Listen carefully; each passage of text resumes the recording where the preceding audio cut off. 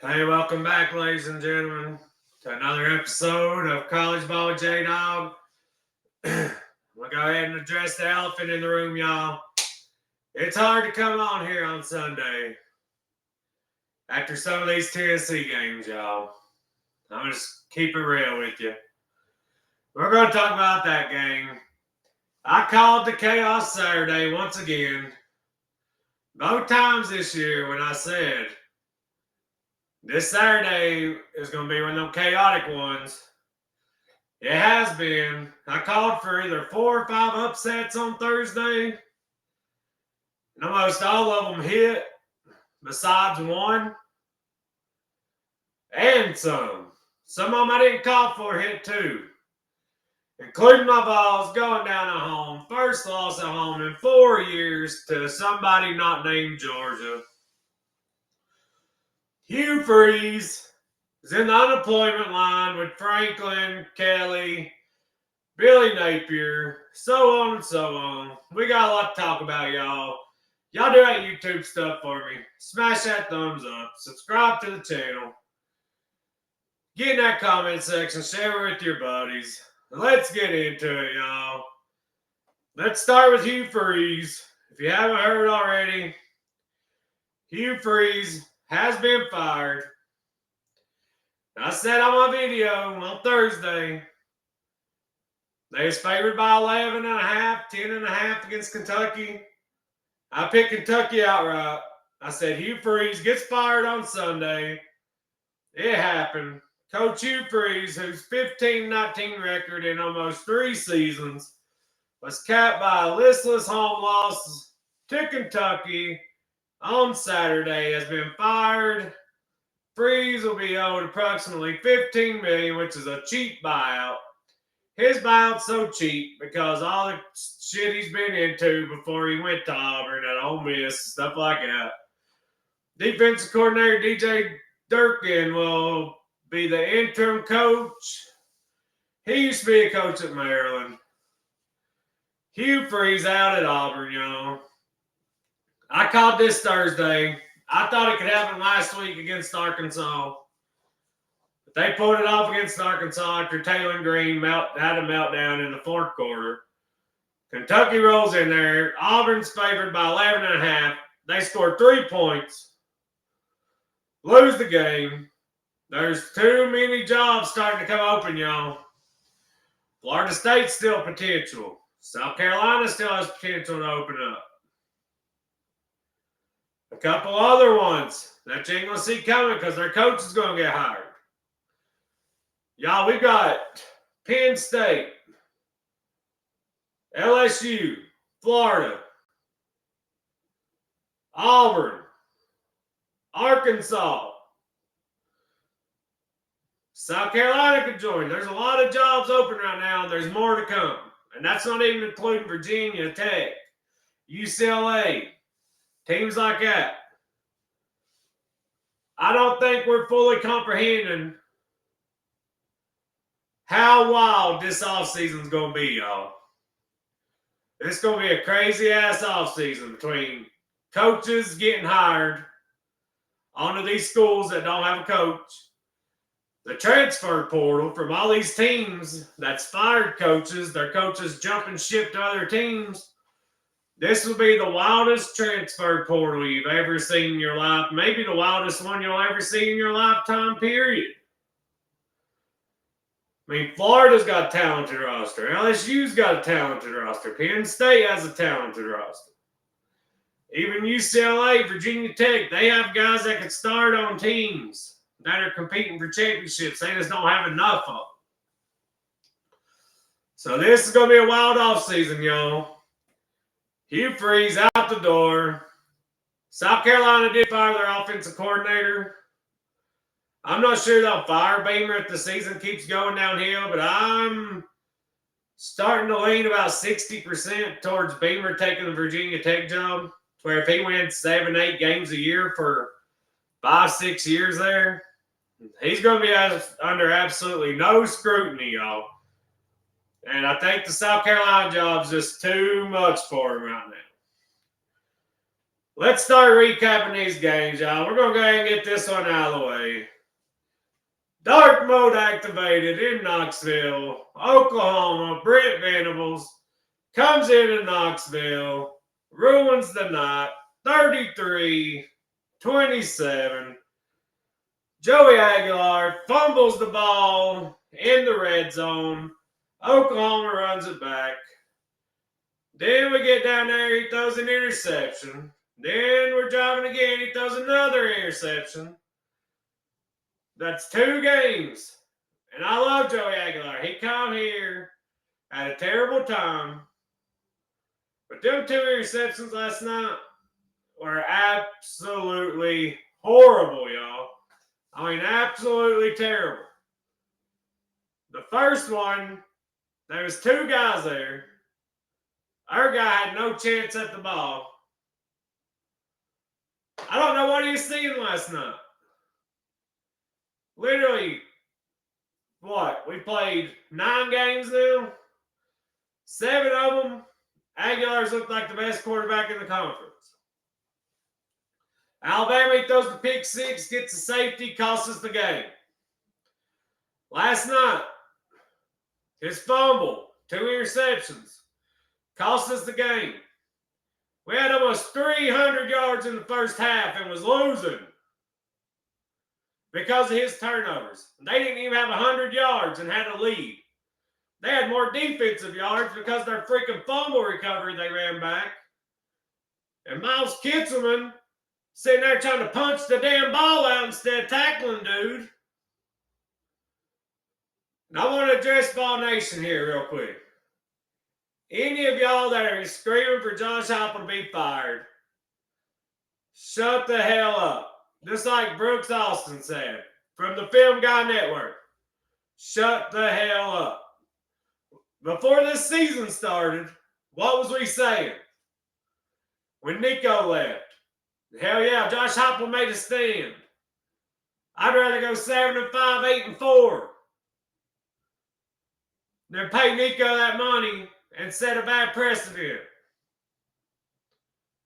Well, now that it's becoming a reality, all you damn crybaby pansies want to sit there and scream for the coach to be fired.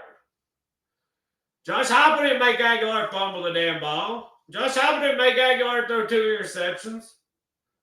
What other choice did he have than bringing Aguilar in after Nico pulled that shit in the spring? What other choice did he have? My only critique of Heupel is, up until this year, we ran the ball 65% of the time. This year, we're throwing the ball probably 60% of the time. 65, maybe even 70. He needs to get back to running the football. But Aguilar's carried the team all year. He's been slinging the ball all over the field, and he had a bad game last night. I'm heartbroken if you can't tell. I'm fired up. I hope we go out and finish 9-3. The way this season's playing out, I do think our playoff hopes are killed. But you never know. Because these upset weekends like this, there's probably going to be more to come, y'all.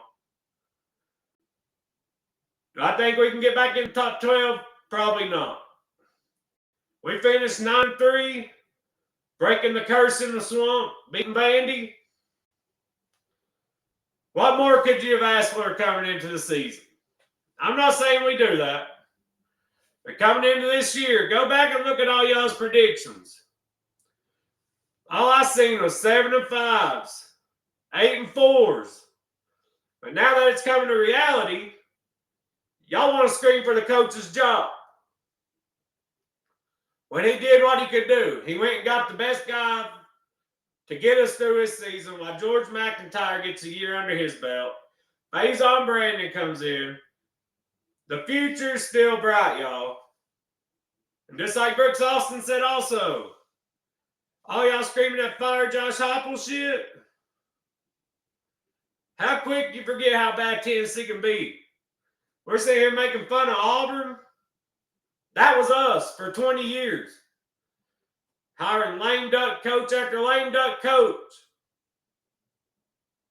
How fast y'all forget Kiffin, Dooley, Butch Jones, and Jerry Pruitt.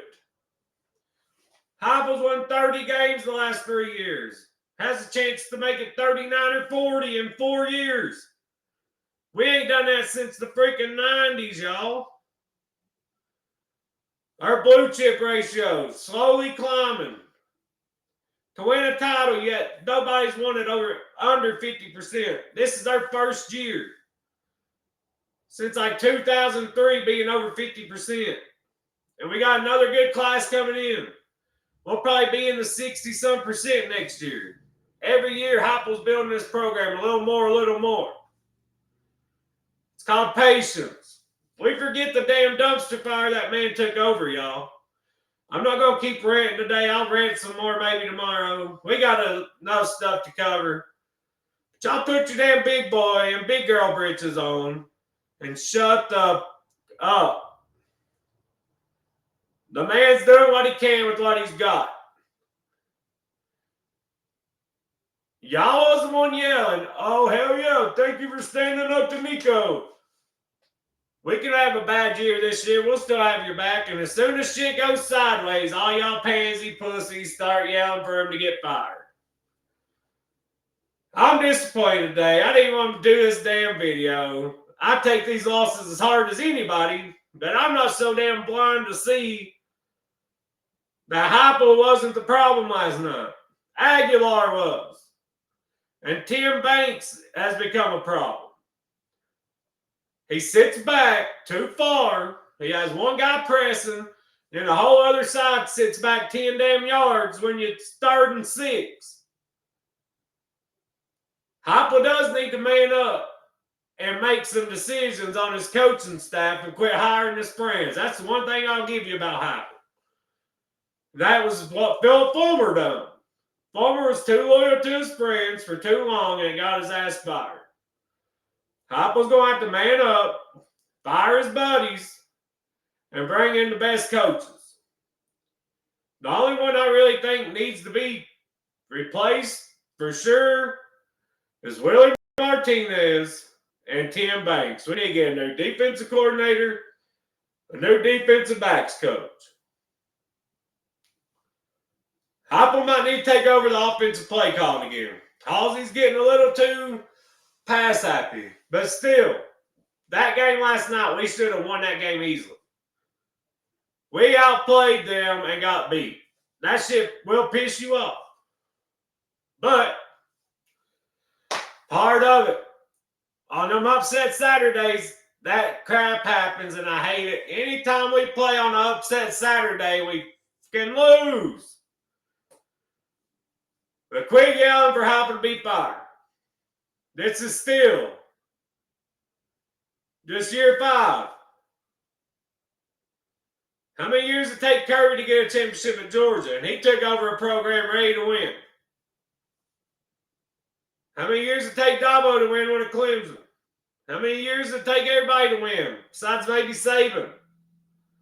You can't compare any coach to Saban. So y'all do like Aaron Rodgers said a few years ago, RELAX. I'm having a hard time doing it too. Because I'm pissed off. But the moral of the story is, Heupel shouldn't go nowhere. We're still in good shape. We're in good hands. Give him another year or two. Now we got the Adidas deal, the NIL, all that. Let's see where it goes. That loss hurts. I'm devastated. I won't be over it till probably damn next year.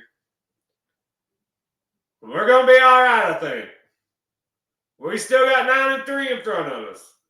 And y'all's predictions before the year, go back and look at them. I seen 7-5, 8-4. Very rarely did I see 9-3 or above.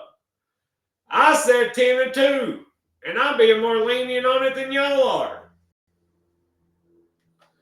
Let's move on, y'all. Ohio State handles Penn State. Ain't much to talk about. Penn State hung in it for a half. They was down 17-14 a half. Ohio State scores 21 in the second half. Handles Penn State. Penn State's in shambles. They brought all that talent come back just to be 3-5. They was the odds-on favorite to win the national title. They're 3-5. That should put into perspective how bad it can be. They lost to UCLA, Northwestern, Iowa. And we're sitting here whining about being 6-3. And they was literally the odds-on favorite to win the national title for the season start. They're 3-5. It can be worse, y'all. I need to chill out here. I know. I need to chill out a little bit. Let's keep it moving. Indiana just keeps taking belt to ass on everybody they play, y'all. 55-10 against Maryland. Maryland's actually been a decent team this year. They hung tight with a lot of teams, a lot of close losses. Not against Indiana. Indiana's beating the hell out of everybody. The only teams playing close all year was Iowa and Ohio State. That was it. Indiana keeps on rolling. Proud Mary keeps on burning. Rolling. Georgia narrowly escapes Florida. The last world's largest cocktail party in Jacksonville. Florida, one controversial call in that game. Georgia seems to always get to be on the right side of the controversial calls, y'all. Do y'all think Florida caught that ball? It was a terribly thrown ball. I watched it about 15 times. It looked like from the angles I seen, dude's arms was under the ball. I don't think there was enough there to overturn it and give them the catch. But do y'all think that guy caught the ball? Of course, Georgia survives upset Saturday. Can't stand that crap. Georgia keeps on rolling, y'all. They still have Texas, Georgia Tech, somebody else. We'll cover next week's schedule tomorrow. Ole Miss, South Carolina travels down to the SIP. Ole Miss handles business. Their defense has 6 sacks, 2 interceptions. Do y'all think Ole Miss wins 30-14, covers the spread? Do y'all think the North Sailors will be in South Carolina next year? I don't. My question is, do y'all think he goes to the NFL draft, or do you think he transfers?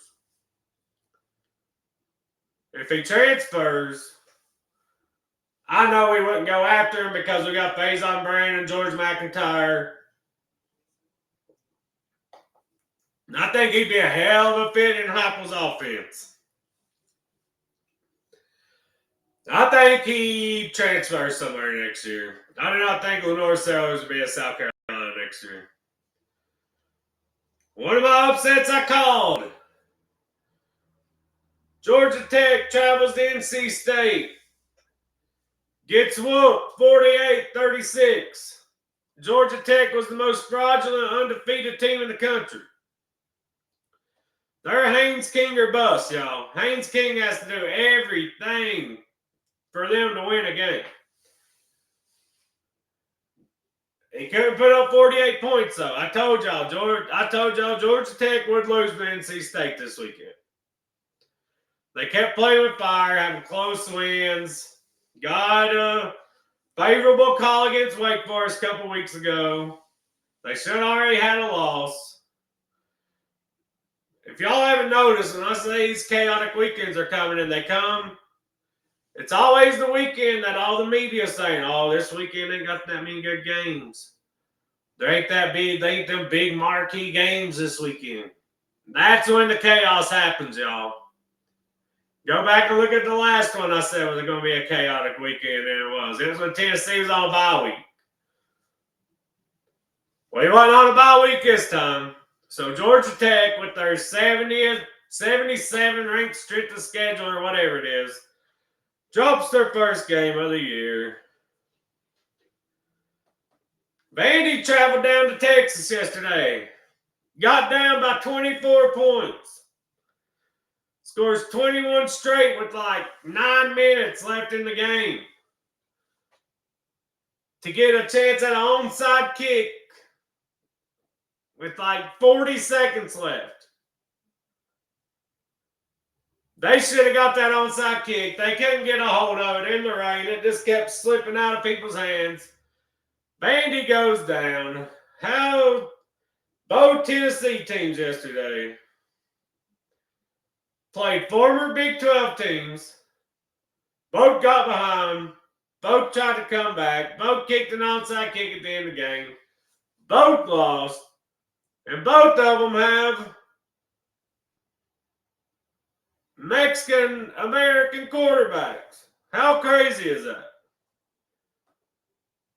At this point, I hope Vandy wins out until we play them so we can knock their ass out of the playoffs. That was a damn good game. Vandy was down and out, y'all. Number 10, Miami, travels down to Dallas. Gets beat by SMU in overtime after SMU just loses to Wake Forest last week, 13-12. Both of Miami's losses have been on Carson Beck.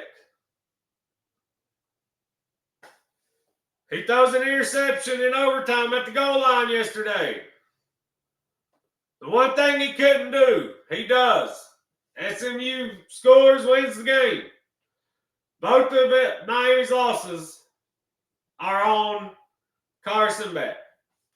The one against Louisville, he threw 4 picks. They was driving down against Louisville. Was already in field goal range. Chance to tie it, take it to overtime. He throws his last pick. This game, they's already in overtime. He throws a pick, loses them the game.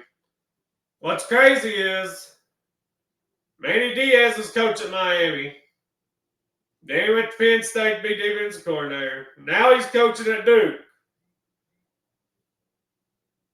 And he's got a better winning percentage at Duke than Cristobal has at Miami. And you want to talk about a coach who's got way too much talent to lose like he does? That's Cristobal. You want to go back in my earlier videos this year? I talk about how good Miami looks. I talk about how I don't trust Mario Cristobal. I said if they get in some close games this year, they'll lose some games because every time they're in close games, Cristobal makes terrible decisions. Well, it's rearing its ugly head. There are only 2 close games this year. They lost. And he's got a probably top 5 talent on that team. And he's losing to teams he has no business losing to. Well, Cristobal start getting hot. I think it should. He should run away with the damn ACC, y'all. And yeah, he still has it. Just show you how crazy this weekend was. Notre Dame was 30.5-point favorites. And it took them everything they had to put Boston College away. Boston College is 1-8 now. But yet Notre Dame just moves right on up into the top 10 now. After starting the season 0-2. Because they don't have another hard game left on their freaking schedule. Boise got beat by 27 points or something yesterday to Fresno State. And Fresno State the week before got beat by like 20 by freaking San Diego State. This year has been absolutely wild, y'all. If it ends the way I think it could, this year could be just like 2007. I've said it on other videos. I'll say it again. If you don't remember the 2007 season, go watch a YouTube video on it. It was crazy. This weekend, this year is about this close to getting that chaotic, y'all. It still has a really good chance to get there. The only upset I picked that didn't hit. Virginia traveled out to Cal. They win 31-21. It was 24-21. Cal was driving. Not really driving. They had the ball with the chance to drive and tie it or take the lead. They throw a pick 6. Lose by 10. My one upset pick, I picked down the drain. The only one I lost on my upset picks all weekend. I did not see this game coming at all, y'all. I thought Cincinnati would keep it relatively close. Utah beats the brakes off Cincinnati. It's looking like Utah, Texas Tech, and BYU are going to be battling out for that one playoff spot the Big 12 is going to get. If they keep going sideways in the SEC and other conferences like it's been, the Big 12 could get 2 bids this year. Do I think they deserve 2 bids? Absolutely not. I think a 9-3 SEC team should get in over a 10-2 Big 12 team. That's just my opinion. Utah belt the ass on Cincinnati. Cincinnati's first loss since week 1 to Nebraska. 45-14. I guess I ain't got to say that. I guess y'all seen I gave myself a haircut today. Trying to bring my Vols some good luck as the year for the rest of the year. Didn't shave my beard because I've seen too many videos of people shaving their beard and their baby's crying, and I don't want my baby to break my heart by crying when she sees me. Let's keep it rolling. 2-6 West Virginia travels to 7-1 Houston. Puts 45 points on their head, pulls off the upset. Clap it up for Rich Rod, y'all. My best friend's a West Virginia fan. I'm glad to see them get a win. They're 3-6. They got to win out to make a bowl game. Probably not going to happen. They got Texas Tech last game of the year. If they can finish 5-7 after the start they had, their freshman Scotty Fox Jr. is looking really good at quarterback as the year goes on. Devastating loss for Houston. It's 12.5-point favorites. West Virginia almost covered the over-under by themselves. Good win for Rich Rod to get his program back on the right track. I think he's going to build West Virginia back up to be a pretty good school. Duke Blue Devils head to Clemson, South Carolina. Go for 2. Win the game. Dabo and Clemson, 3-5. This is what I'm telling y'all, Tennessee fans, when I say, really, I know 6-3 sucks. Your playoff hopes basically being over sucks. But it could be a lot worse. We lost our quarterback coming into the year. Aguilar didn't get here until June or July. And we're still 6-3. Dabo, on the other hand, had the most returning production in college football off of a 9-3 team last year. Well, 10-3 because they won the ACC championship game. I'm not counting the playoff games. 10-4 if you want to count the playoff. Off of an ACC title team. Had almost everybody back. 80% of his roster. They's either 3rd or 4th in the championship odds coming into the season. They're 3-5. It's so bad that Dabo's basically telling them to fire his ass after the game, y'all. Them. Auburn. Auburn's had top 8 recruiting classes every year Freeze has been there. LSU, top 5 recruiting classes. Penn State, odds-on favorites to win the title. All their guys come back. It can be worse. Just try to put it into perspective, relax, see how the rest of the season plays out. Go from there. I think Dabo maybe needs just a change of scenery. He needs to change with the times, too, as far as using the transfer portal. He didn't forget how to coach. I don't know. He had 2 really generational college quarterbacks in a row. maybe that was it. Losing Venables probably hurt more than people realize too. Because Venables ain't proven to be a great head coach yet, but we all know he's a top 2 or 3 defensive coordinator in the country. They should be 6-3. We should be 7-2. I can't get over it, y'all. I ain't gonna be over it for a while, but I won't talk about it every video. We've already talked about this one, but I'll pull the graphic up for you. The game that got Hugh Freeze fired at Auburn. Kentucky goes down to Auburn. 11.5-point underdogs. Wins the game 10-3. Auburn's offense, the whole 3 years Freeze has been there, has been pathetic, anemic, atrocious, hard to watch. Whatever you want to say about it. I think his ego was so big, he thought he could just take any quarterback and win. Kentucky had 7 sacks. Deuce Knox down there, a 5-star quarterback. He's not going to be there. Florida, DJ Lagway, according to who they hired. He could transfer. LSU has Van Buren.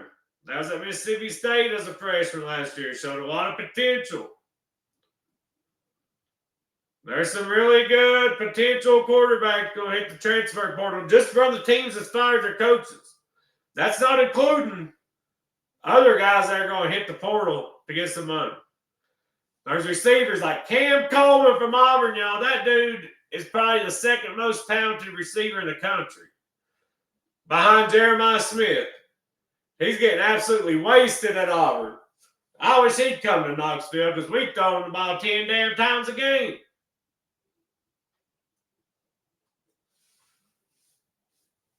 Hugh Freeze stuck with Peyton Thorne for 2 years. Then he could have went and got Caden Salter that knows his system. Or went after Mateer, went after anybody. He picks Jackson Arnold, who looks so terrible at Oklahoma. They fired their offensive coordinator, blamed it all on him. Well, he goes and plays for an offensive genius in Hugh Freeze and looks just as bad as he did at Oklahoma. Just like a lot of the quarterbacks in that class. Nico, Arch, Jackson Arnold, Dante Moore. Dante Moore's been the best of them. Was a shot in that class or the one after? There's one more in that class. They've all been terrible. They show flashes every now and then. Like they talk about how great Arch looked yesterday. Arch didn't do that great. He's just hitting little simple passes and his damn athletes are out athleting Vandy like they're supposed to. Last game to go over. USC travels into Lincoln, Nebraska, breaks Nebraska's heart, ends their playoff hopes. Matt Rule's still building Nebraska back up. Y'all, these teams like Nebraska, Tennessee, that were down for 20 years. It takes time. And Heupel's already won 11 games, 10 games. 9 games. It takes a little bit of time. USC, Lincoln Riley, they wanted him gone. Looks like he maybe has turned the tide around. They still ain't there yet. They're 6-2. They had their last bye week. I'm not sure what their schedule looks like the rest of the way. Bad news for Nebraska. Dylan Raiola, out for the year. Think they say he broke his fibula or tibia. Hate to hear that. I've said it on here 100 times. I'll say it 100 more. Hate seeing any college kid go down for the season. Nebraska was up in this game. 17-14. USC scores last. Wins the game. Nebraska's slowly getting better, though. They finally got to a bowl game last year. This year, they're probably going to win 7 or 8 games at least. It's a process, y'all. We got too high off of that second year of Tucker. One thing I'm going to go over before we shut this video down, y'all. Boo Carter. I'm not sure he plays another down at Tennessee. He's just been nothing but a headache. His mom's acting like a thug on social media in the off season. He played at 3 different high schools in high school. He's held us hostage, wanting to play both sides of the ball. Then he shows his ass, don't come to workouts in the summer.